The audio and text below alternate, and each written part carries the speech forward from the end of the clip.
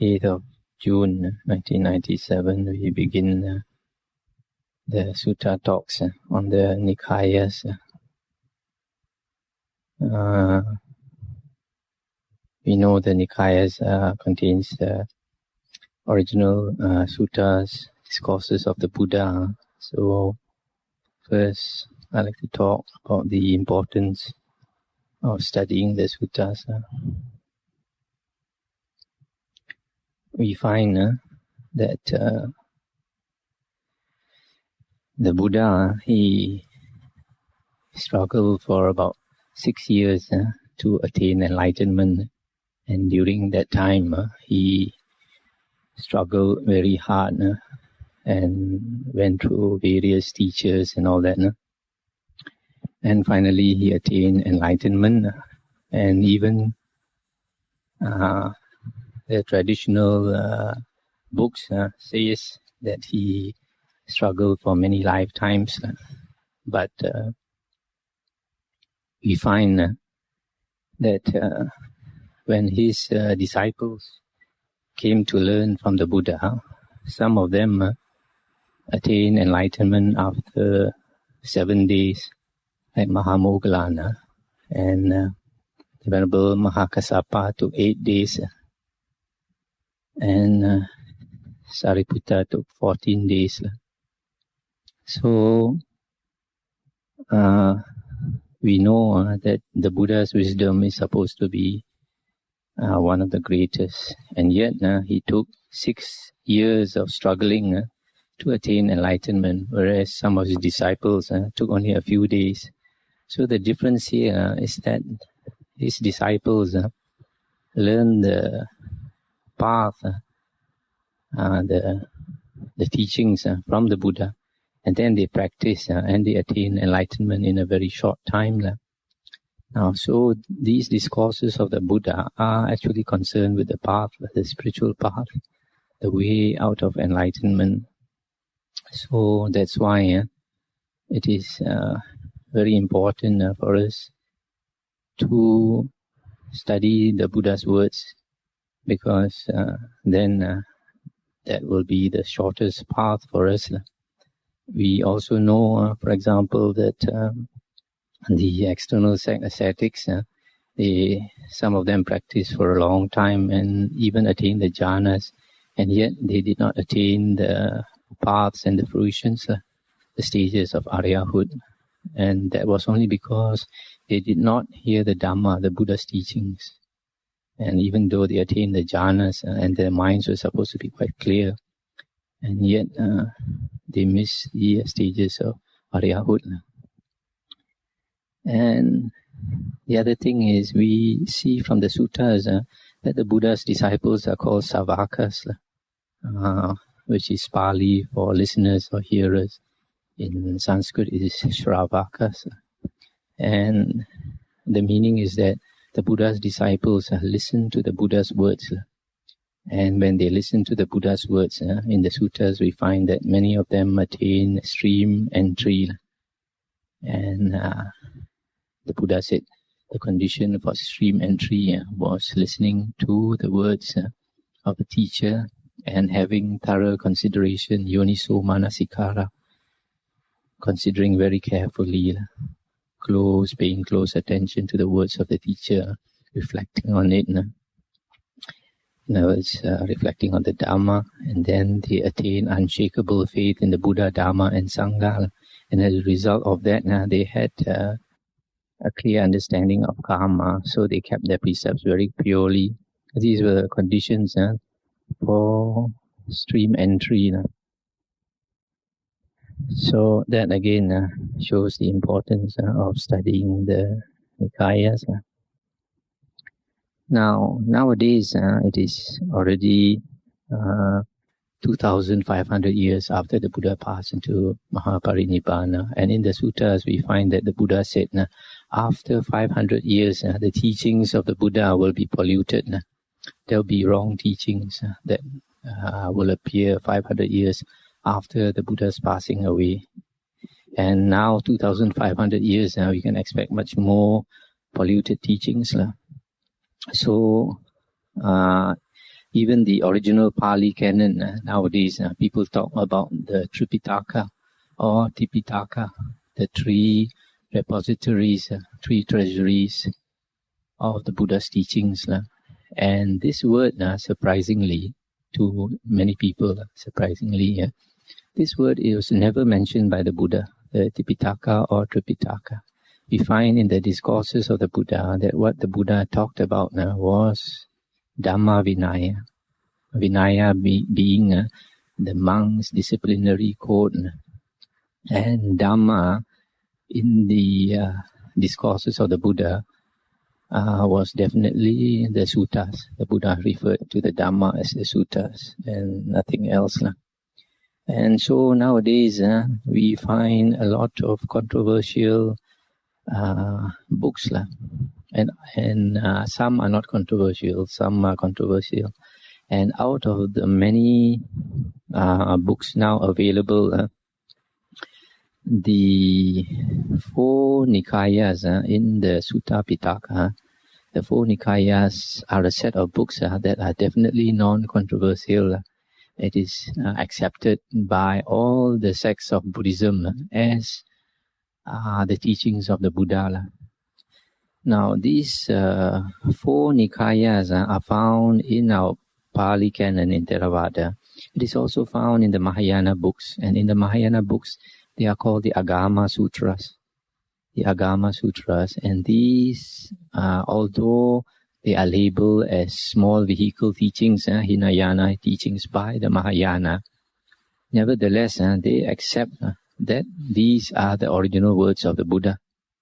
So, since nobody disputes or nobody doubts that the four Nikayas are the original teachings of the Buddha, that is the best books to rely on, because there is no doubt at all as to their being the original teachings of the Buddha, whereas others are a bit controversial.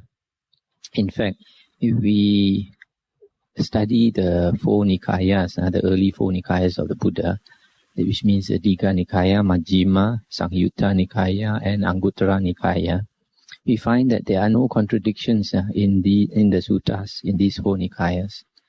Whereas in other books, there are contradictions that appear among the books, the controversial books, as well as there are certain things in there that contradict these four original Nikayas. So the focus of our attention in these talks will be on the four Nikayas.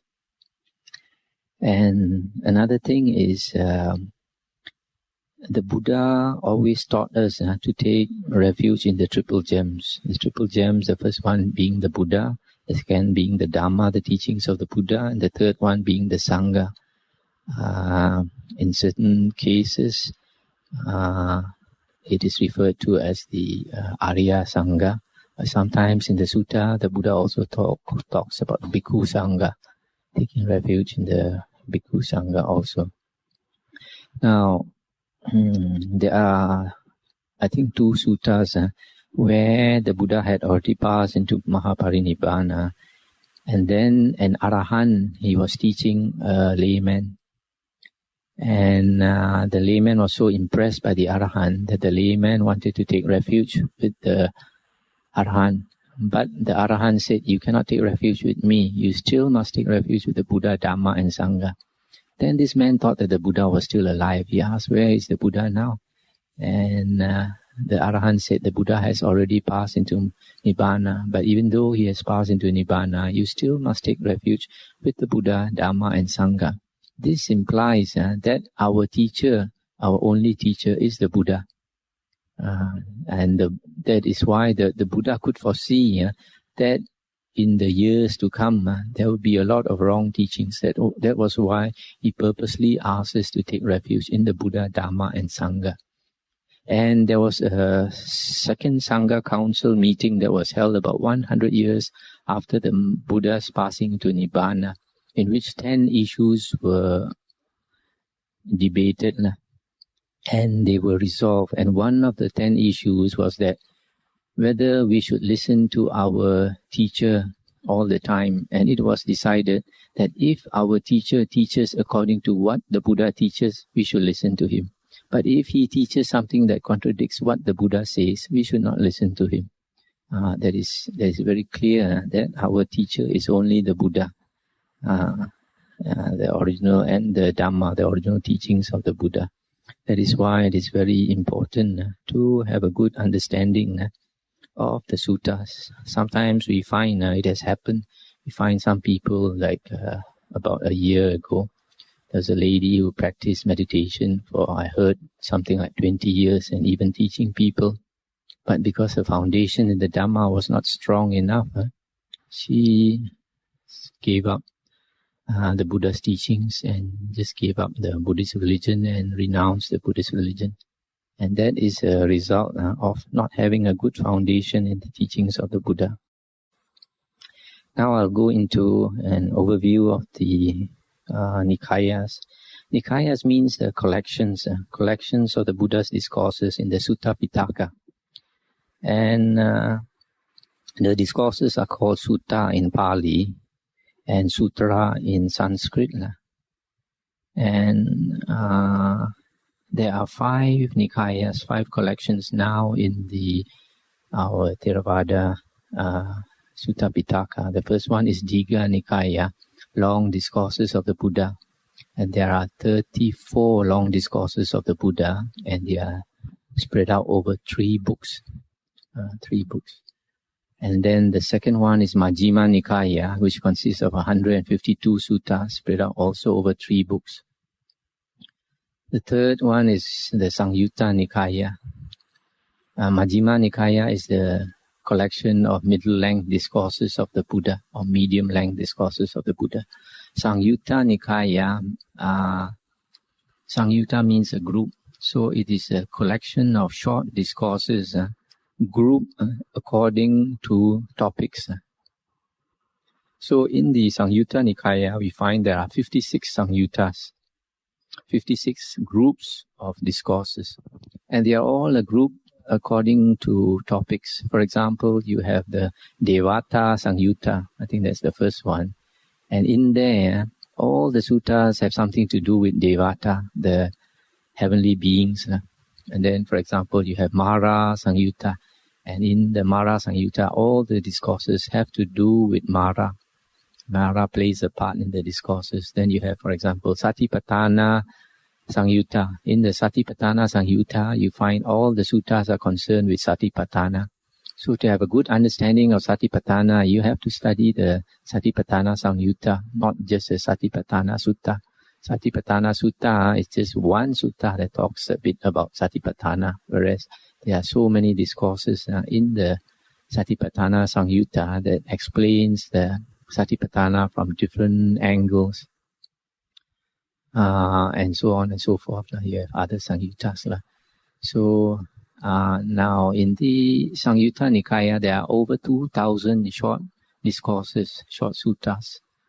And Sangyutta Nikaya is a very, very important collection of discourses because they deal with very specific topics and very technical, and it explains very detailed about various things, Magga, path, Satya, truth, etc.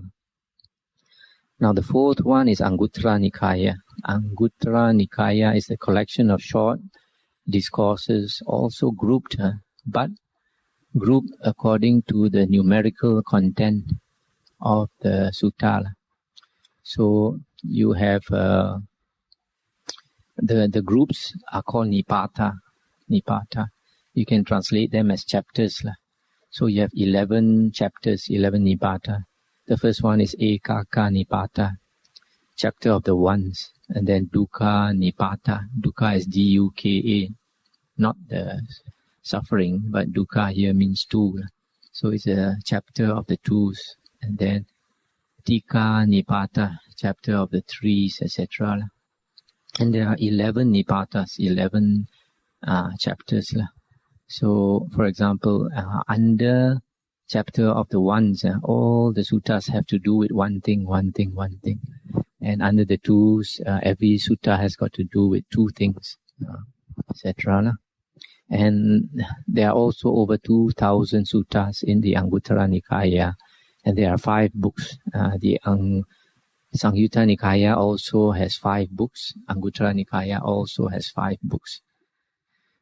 Now the 5th one is the Khuddaka Nikaya. Khuddaka Nikaya literally means minor collection. Minor collection. In other words, some discourses which were sort of were discovered later, which could not be fitted into the early 4 Nikayas. They were grouped into the Khuddaka Nikaya, minor collection. And they expected it to be minor, not many books. But what happened over the last 2,500 years was monks started to add more and more books into that minor collection. So now it has grown into 15 books.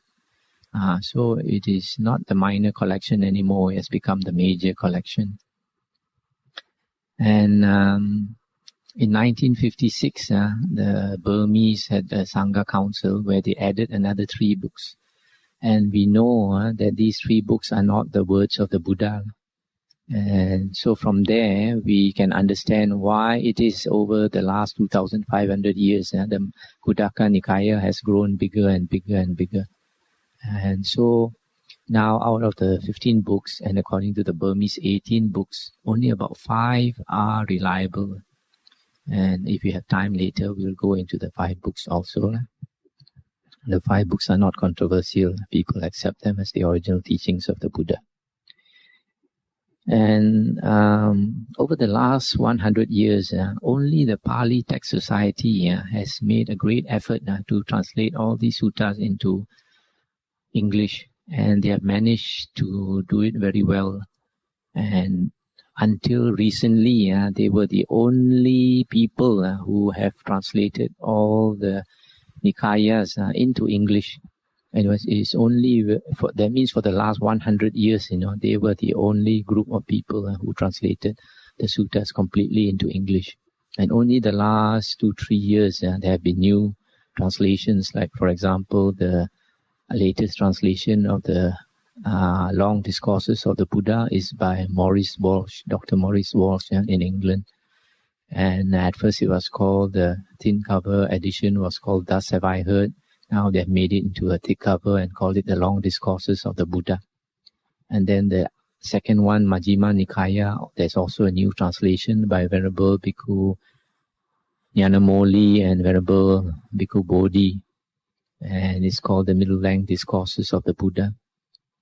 So these are the latest translations. And then the other 2, Samyutta Nikaya and Anguttara Nikaya, we still have to rely on the Pali Text Society edition because there's no other edition that is complete. So now I will go into the Anguttara Nikaya, because why I select the Anguttara Nikaya as the first Nikaya to go into, because it's the comparatively easier collection to go into, and a lot of the discourses there are concerned with lay people's lives. So it is not so technical, and yet there are some technical things in there, and principally because it's easier to understand. So we'll go into the Anguttara Nikaya. Now I won't go into all the suttas because there are over 2,000 suttas. I will go into most of the suttas, those that are important. And then I will try to read it out, explain it, and explain the implications of the sutta, as well as compare it with other suttas to give you a better idea, because usually a sutta will tell you something from one angle, and unless you compare it with some other suttas, you might get a biased view. Now this Anguttara Nikaya is, I think, the only collection of discourses that does not have a name for every sutta. The original Pali edition, they did not have a name for each of the suttas. They only had a sutta number. So I will give the sutta number, and the sutta numbers that I give are all the Pali Text Society numbers, so that if you want to check the sutta, you can look up the Pali Text Society translation of the Anguttara Nikaya, which is called the Gradual Sayings. There are 5 books there. Now, I will give a 1-hour talk, and then after that, which is recorded, after that I will stop. Then I invite you all to come up with any questions or any comments on what has been talked on. Now, the sutta numbers of the Anguttara Nikaya, generally it's like Anguttara Nikaya X.Y.Z. Now, the first number, X, is the Nipata number. That means the chapter. And it only varies from 1 up to 11. You only get 1 up to 11. In the Pali text translation, they call it Book of the Ones, Book of the Twos, Book of the Threes. But I prefer to use the number, the word chapter. So if you say for example, you have a sutta called 5.7.13. 5 is the Nipata, that means the chapter of the 5s. And then the second number, 6, is the Vaga. Vaga is the section number, because every chapter is divided into sections, Vagas. And after that, every section is divided into sutta numbers. So the last number, Z, is the sutta number. So like 5.6.13. The 13 is the sutta number, the 13th sutta in the 6th section of the chapter of the 5s. That is 5.6.13.